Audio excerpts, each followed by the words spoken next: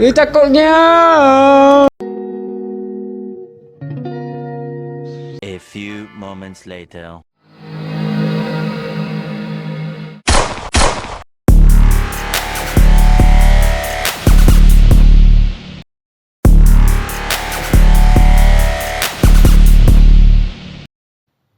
Bismillah.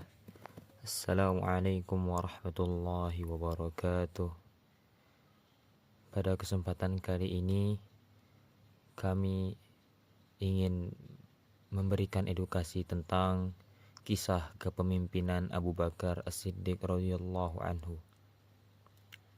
Abu Bakar As-Siddiq radhiyallahu anhu adalah salah satu tokoh paling berpengaruh dalam sejarah Islam.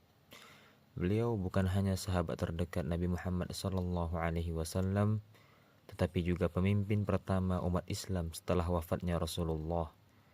Nama lengkapnya adalah Abdullah bin Abi Quhafah At-Taimi, dan beliau mendapat gelar As-Siddiq yang berarti orang yang membenarkan kebenaran. Abu Bakar dikenal sebagai pribadi yang jujur, amanah, lemah lembut, namun tegas dalam prinsip.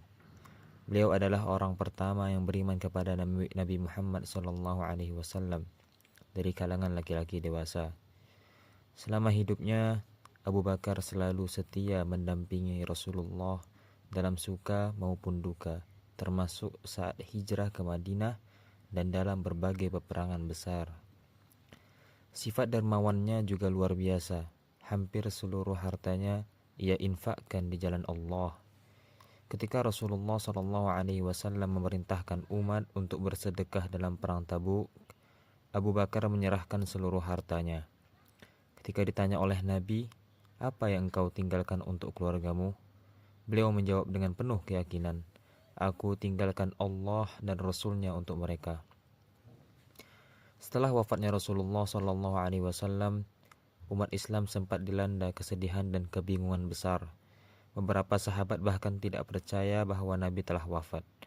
Namun di tengah suasana itu, Abu Bakar tampil menenangkan umat. Beliau naik ke mimbar dan berkata dengan lantang, "Barang siapa yang menyembah Muhammad SAW, maka sesungguhnya Muhammad telah wafat. Tetapi barang siapa yang menyembah Allah, maka sesungguhnya Allah Maha Hidup dan tidak akan pernah mati." Kalimat itu menggugah seluruh kaum muslimin. Dari sanalah semangat keimanan umat kembali bangkit. Melalui musyawarah di Sakifah Bani Sa'idah, Abu Bakar kemudian dipilih menjadi khalifah pertama. Sebagai khalifah, beliau memikul tanggung jawab besar, menjaga keutuhan dan persatuan umat. Masa awal kepemimpinan Abu Bakar bukanlah masa yang mudah. Banyak suku Arab yang murtad, menolak membayar zakat, bahkan ada yang mengaku sebagai nabi palsu, seperti Musailamah Al-Kazzab dan Sajah. Namun Abu Bakar menunjukkan ketegasannya sebagai pemimpin. Beliau berkata, "Demi Allah, aku akan memerangi siapapun yang memisahkan antara salat dan zakat. Zakat adalah hak harta, dan siapa yang menolak membayarnya akan kuperangi." Dengan keteguhan iman itu, beliau mengirim pasukan Islam untuk menegakkan kembali syariat dan menjaga persatuan umat. Perang melawan kaum murtad dan nabi palsu berhasil mengembalikan kestabilan Islam di Jazirah Arab. Selain ketegasannya, Abu Bakar juga dikenal dengan kebijaksanaan dalam memimpin. Salah satu keputusan penting beliau adalah memerintahkan pengumpulan Al-Quran dalam satu mushaf. Sebab setelah banyak para penghafal Al-Quran gugur di medan perang Yamamah, beliau khawatir ayat-ayat suci itu akan hilang.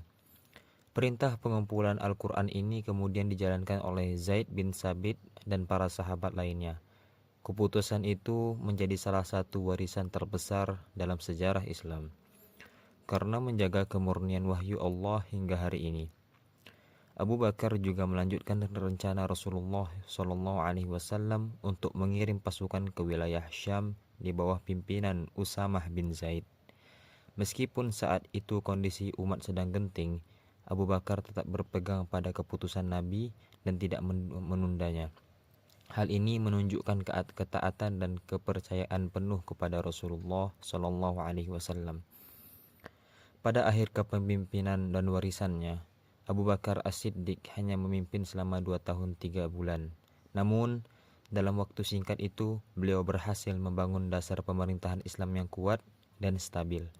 Menjelang akhir hayatnya, Abu Bakar menunjuk Umar bin Khattab sebagai penggantinya karena melihat kecakapan dan ketegasan Umar dalam menegakkan kebenaran. Beliau wafat pada usia 63 tahun, usia yang sama dengan Rasulullah SAW, dan dimakamkan di samping makam Nabi di Madinah. Kepemimpinan Abu Bakar As-Siddiq mengajarkan banyak hal, bahwa seorang pemimpin harus beriman, jujur, berani dalam kebenaran, dan bijak dalam mengambil keputusan. Beliau bukan hanya pemimpin politik, tetapi juga teladan moral dan spiritual bagi seluruh umat Islam. Dari sosok Abu Bakar, kita belajar bahwa kekuasaan bukanlah tujuan, melainkan amanah yang harus dijaga dengan keikhlasan. Dan kepemimpinan sejati adalah yang mendekatkan manusia kepada Allah, bukan kepada kepentingan dunia. Demikianlah kisah kepemimpinan Abu Bakar As-Siddiq radhiyallahu anhu, pemimpin pertama umat Islam dan sahabat sejati Rasulullah SAW. Semoga kita dapat meneladani sifat-sifat beliau dalam kehidupan dan dalam kepemimpinan diri sendiri, keluarga, serta masyarakat. Hanya itu yang bisa dapat kami sampaikan. Lebih dan kurang kami mohon maaf. Wassalamualaikum warahmatullahi wabarakatuh. Sahabatnya sudah, asyik